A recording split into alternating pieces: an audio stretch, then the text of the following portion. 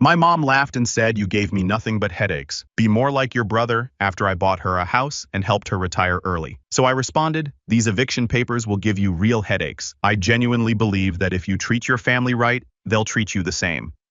I thought love was reciprocal. Turns out I was a walking wallet with a pulse. My mom Janet raised us alone after my dad dipped out when I was 8. She worked 2 jobs and carried herself like a hero. I'll admit she was tough, but I admired her strength growing up. The older I got, the more I wanted to repay her. So I worked hard, stayed out of trouble, got a tech degree, built my own freelance business, and eventually scaled it into something that paid well, really well. By 27, I was making 6 figures. By 30, I had my own company with 2 full-time employees and a pipeline of clients that didn't stop. I was living comfortably, and I didn't hesitate for a second when I had the chance to give back. The first big thing I did was buy her a house. Nothing fancy, just a cute 3-bedroom in a quiet neighborhood with a big backyard for her dog Jasmine. I paid it off in cash. No mortgage, no debt. I handed her the keys and told her she never had to worry about rent again. She cried in that moment, told me I was her angel, her rock, and I believed her. A year later, I officially retired her, told her to quit her job and just relax. She was 59. Her knees were shot from years of standing on concrete floors, and she hated every second of her retail job. So I made sure all her bills were paid on time. Utilities, car insurance, groceries, even her health insurance. Every single month I deposited money into her account and never missed. I even got her on a new phone plan and added her to my family Netflix, Spotify, and Amazon Prime accounts. I thought that was love in action. That's what family does, right? Then there's my brother Kyle. He's 2 years younger than me and the complete opposite. Dropped out of community college after 2 semesters, never held a job longer than 6 months, lived with mom well into his late 20s, sleeping until noon, gaming all night, racking up speeding tickets and overdraft fees. Somehow, no matter what mess he made, mom would swoop in and fix it. She co-signed his car. She paid off his credit card debt just this once at least 5 times. And when I gently tried to ask why he never had to face consequences, she always gave the same answer. He's just going through a phase. He'll grow out of it. That phase, by the way, is still happening at age 30. He's never left home. He's still living off her credit card. Still doesn't work. Still has excuses. But mom insists he's finding himself and that I should stop comparing him to myself. As if that was ever the point. The thing is, I never said anything. Not really. I kept showing up. I kept paying the bills. I kept being the good son because I didn't want to be petty or jealous. I just wanted peace. But deep down, I think I always hoped she'd eventually see the difference. That one day she'd pull me aside and say, "Dean, thank you for everything. I'm proud of you." That day never came. Instead, a few weeks ago, we had a big family cookout at her place. I'd organized the whole thing, paid for the catering, bought the new patio furniture she said she wanted, even hired a guy to come mow and edge the lawn that morning, so everything looked nice. Everyone came. Aunts, uncles, cousins, a few of Kyle's friends who conveniently showed up just in time to eat. I didn't mind. I was in a good mood, just happy to see everyone together. At one point, I was standing on the deck with a beer chatting with my cousin Laura when I heard my name being called from the backyard. I turned and saw my mom standing by the grill laughing with a group of relatives. "Dean gives us nothing but headaches," she said loud enough for everyone to hear. I wish he was more like Kyle. For a second I thought I'd miss her, but then she said it again, shaking her head like I was some burden she'd been dragging behind her. "Kyle never complains, he just goes with the flow. Dean always has to make everything so serious." There was this pause, like the entire backyard took a collective breath, and then everyone laughed. Even Kyle, who was leaning against the fence, arms crossed like he was soaking it in. I don't know how to describe what I felt. Embarrassment, sure, but mostly just hollow. Like something cracked open inside me and everything spilled out at once. All those years of late-night transfers, canceled vacations, stress, migraines, from overwork to make sure she was okay, just erased with one careless comment and a chuckle. I didn't say anything in that moment. I smiled, took a sip of my beer, and walked back inside the house. I needed a second, maybe more than a second. I stood in the kitchen staring at the fridge, listening to the laughter from outside grow louder. And for the first time in my life, I asked myself something I never had before. What am I actually doing this for? Not long after Kyle came in to grab another plate. I didn't even look at me, just muttered, "Man, you really pissed her off last week when you told her not to use your credit card for Amazon. Maybe just let her buy what she wants." That's when I knew it wasn't a misunderstanding. That crack in my chest, it split wide open. And that was the moment right then when something in me shifted. I didn't yell, I didn't storm out, I didn't cry. But in that instant, I decided I'm done. And if she thought I gave her nothing but headaches, well, I was about to show her what it really looked like when I stopped giving anything at all. Let's just say the fallout was louder than I expected, and it ended with blue lights flashing in her driveway. I didn't leave the cookout right away. I probably should have. I should have packed up my pride-driven home and let the silence speak louder than anything I could say. But I didn't.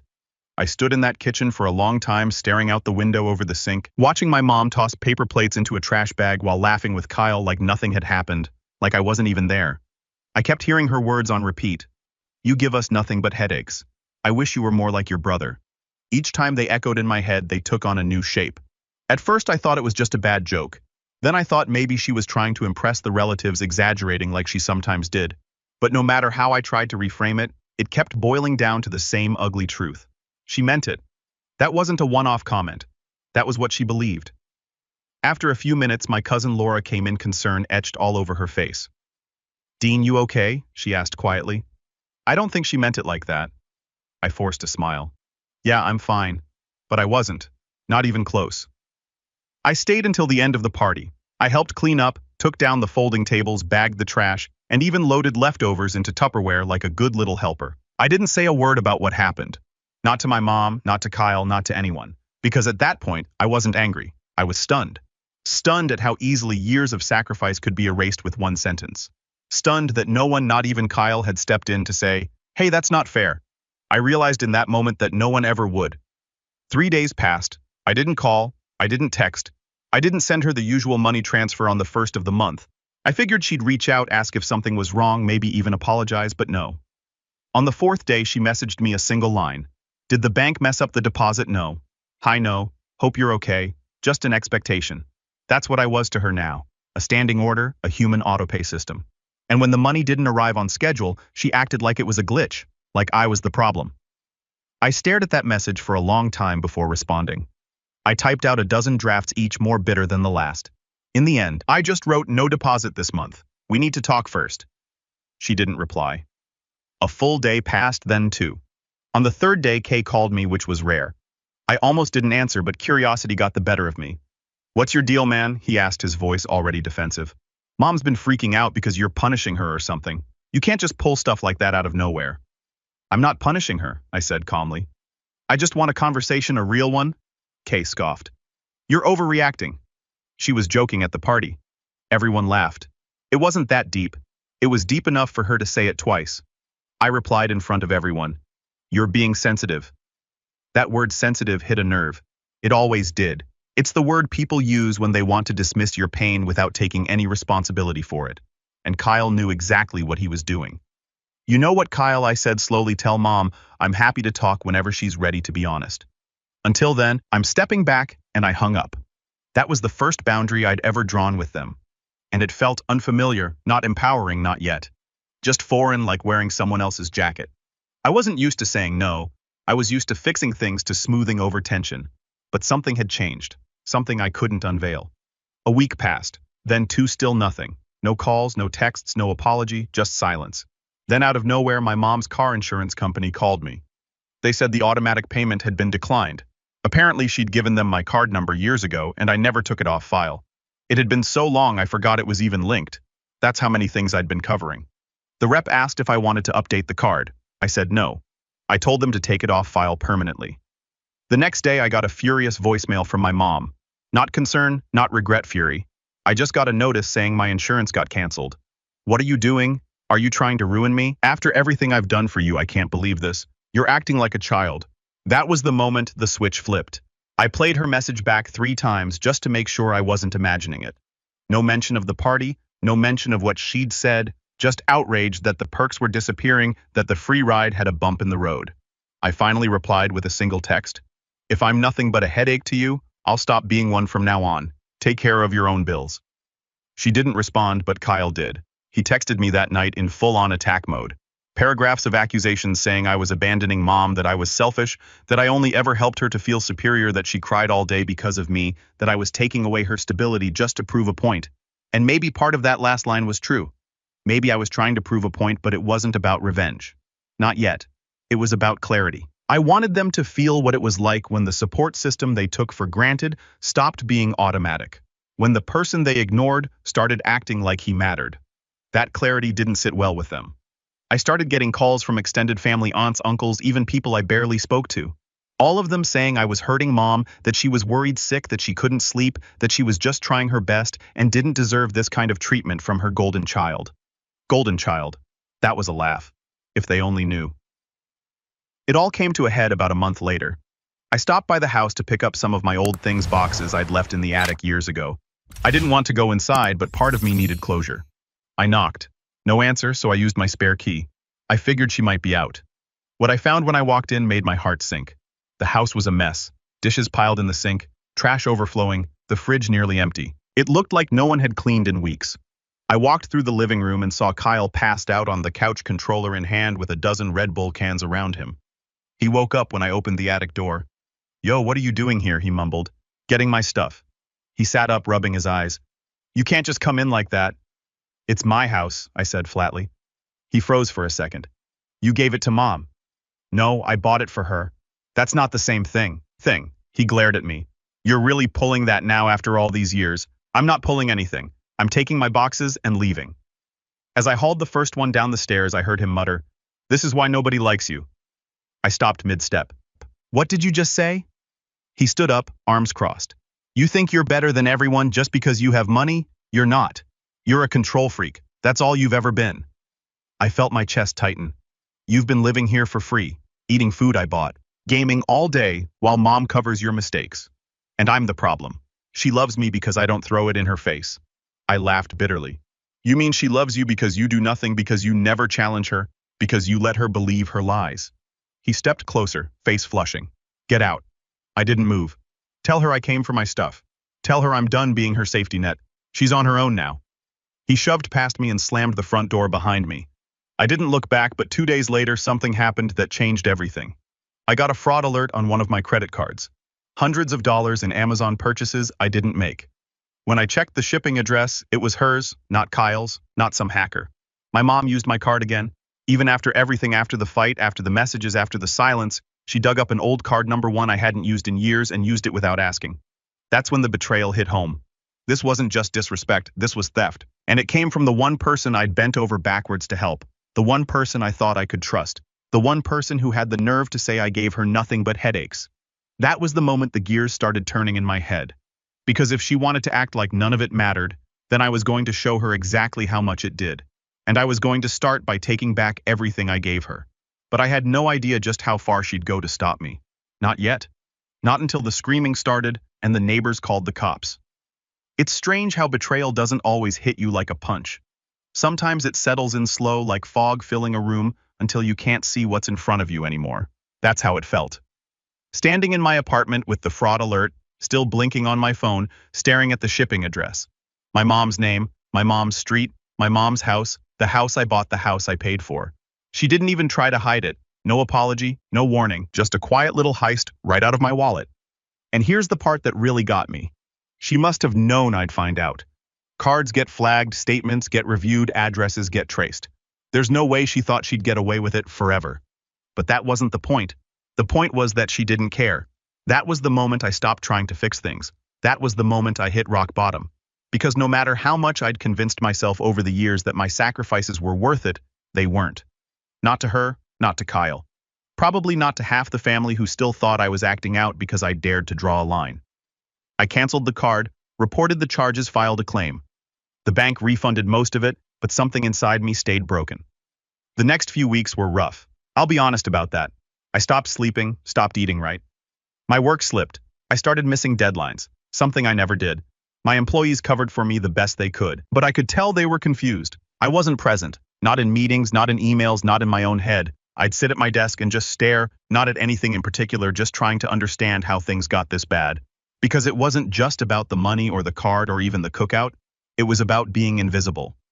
I'd spent so long trying to earn love that I didn't realize how transactional it had become. And when the transaction stopped, so did the love. That realization cut deeper than anything else. For a while I spiraled. I didn't go out, didn't return texts, ignored calls. My apartment turned into a disaster zone. Empty takeout containers, laundry piling up, unopened mail stacked on the counter. I'd always thought of myself as the put-together one, the stable one, the one who didn't let things fall apart. But now I was wrecked, and still not one call from mom, not even a fake "how are you?" Just silence. Call texted me once during that time, just one sentence. You happy now? I blocked his number. Eventually, my assistant Claire pulled me aside during a Zoom meeting. Dean, she said gently, do you want me to reschedule this week's clients? I blinked at her. What? No. What, you haven't sent over the edits for the Montgomery pitch and you missed the strategy call yesterday? I looked at the calendar. She was right. I hadn't even noticed. Claire hesitated, then added, you don't have to tell me what's going on, but if you need time, take it. We'll manage. That kindness almost broke me. After the call, I shut my laptop and sat in silence. Then I got up, grabbed the trash, and started cleaning. Slowly, like my body was waking up from a coma, I did the dishes, took out the recycling, ran a load of laundry. It wasn't much, but it was a start. Later that night, I went for a walk. It was cold, the kind of cold that stings your cheeks and clears your head. I left my phone at home.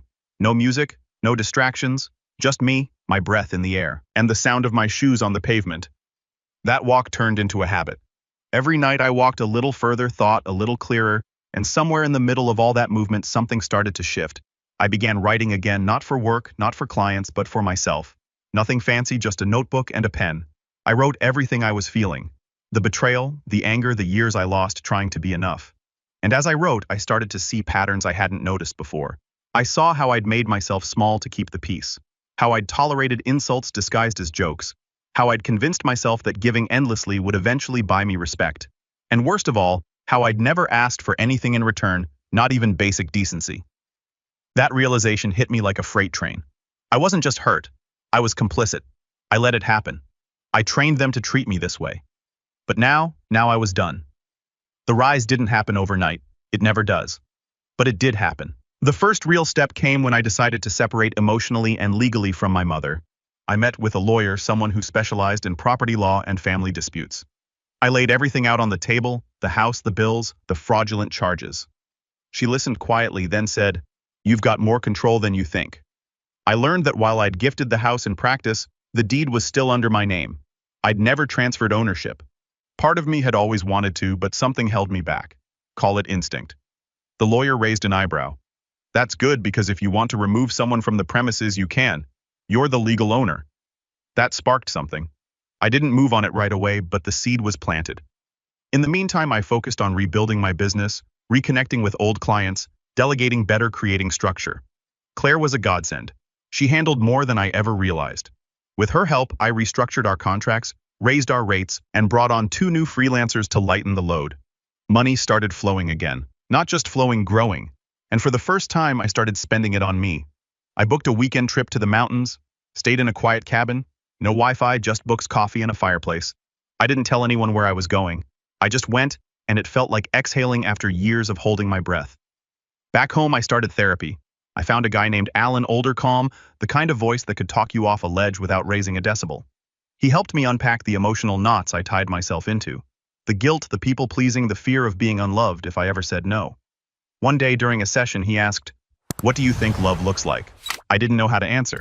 So he asked again, "What would it look like if it wasn't transactional?" I sat in silence for a long time. Eventually I said, "Safe.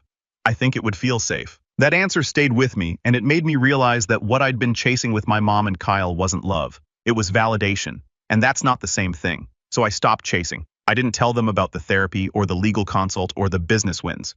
I didn't post anything, didn't call, didn't rub it in, because this part of my life, it was mine.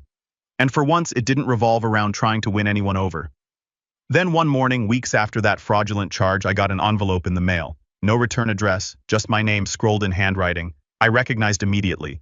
It was a letter from my mom, for pages handwritten. It started with, "I don't know why you're doing this to me."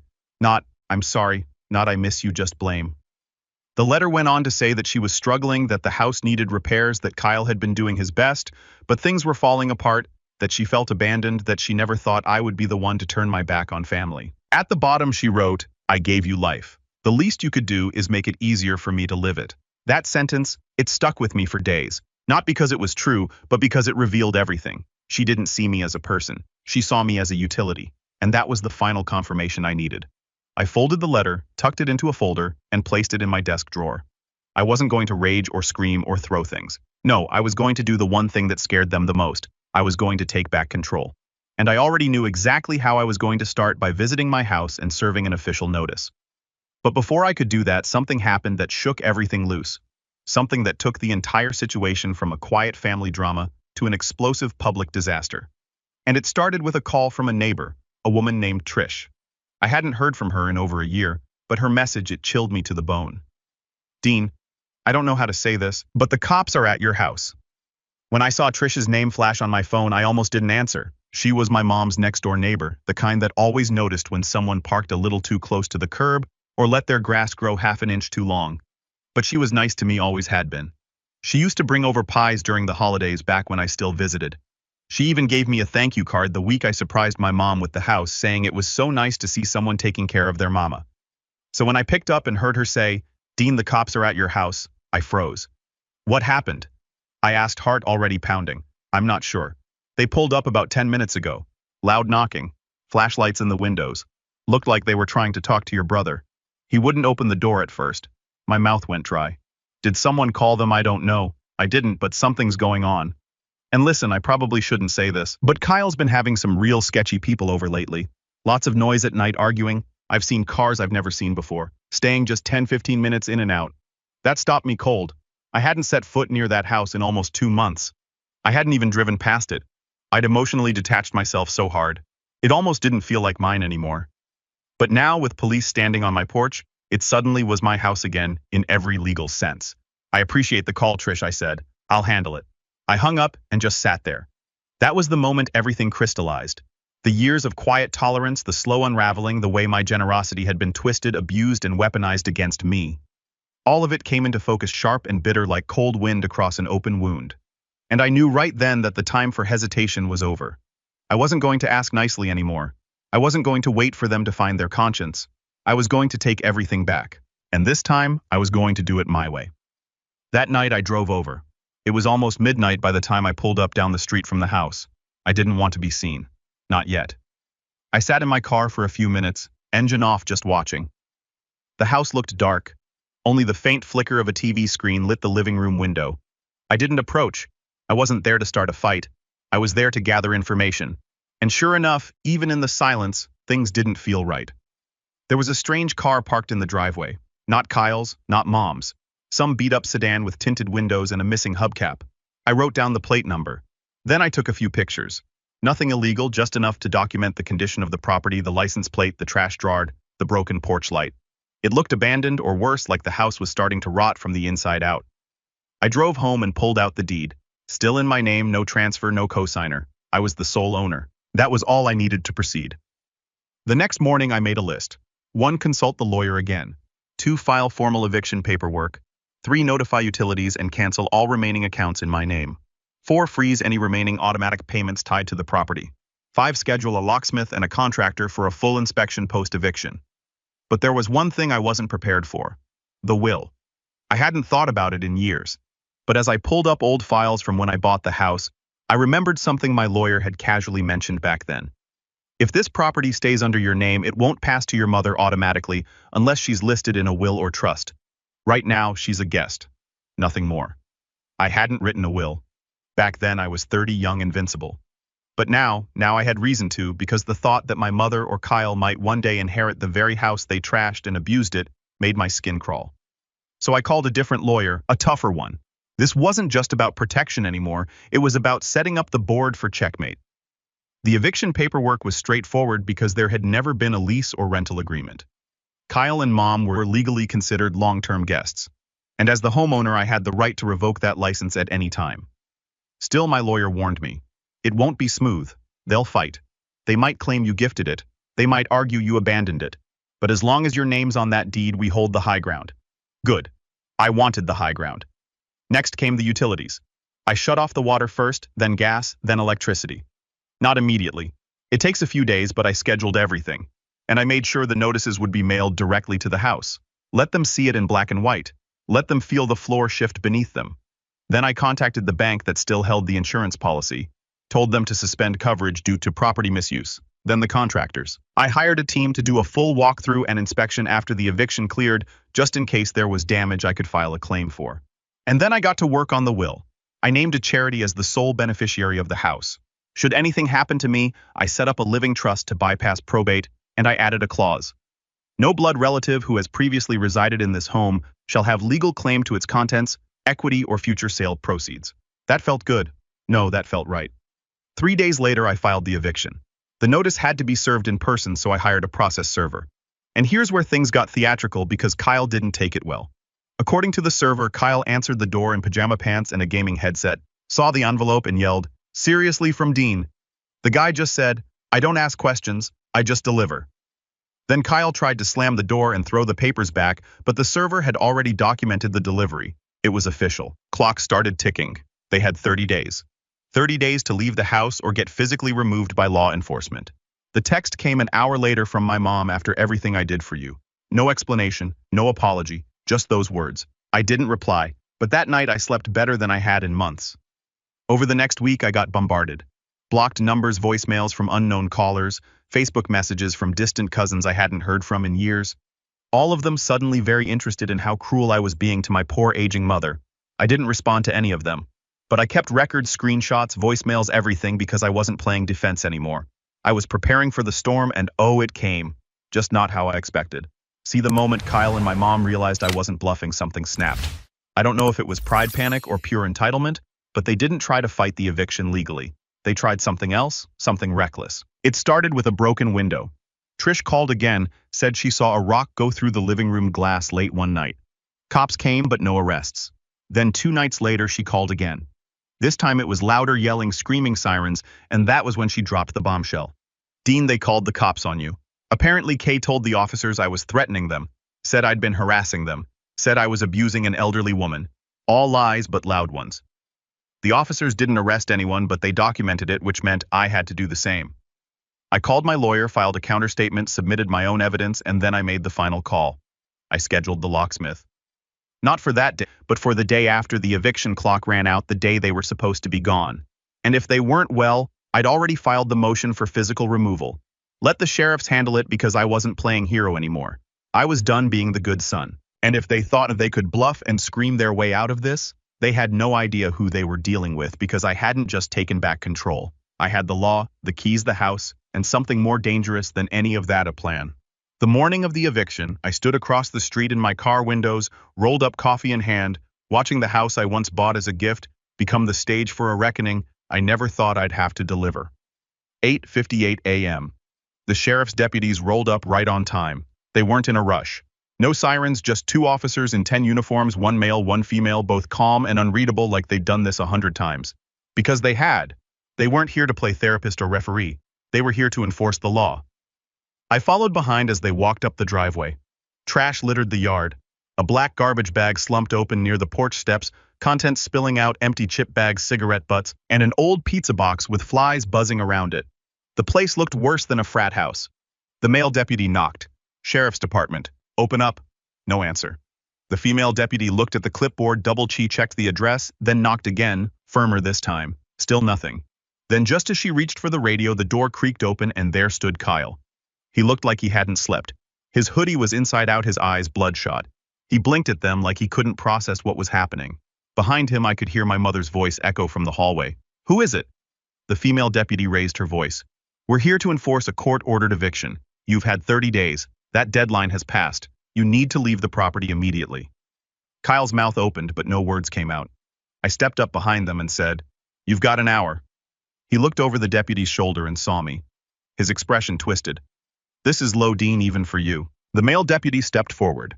"Sir, you need to start gathering your belongings. You can bring what you can carry. If you leave anything behind, you'll need to make arrangements with the owner."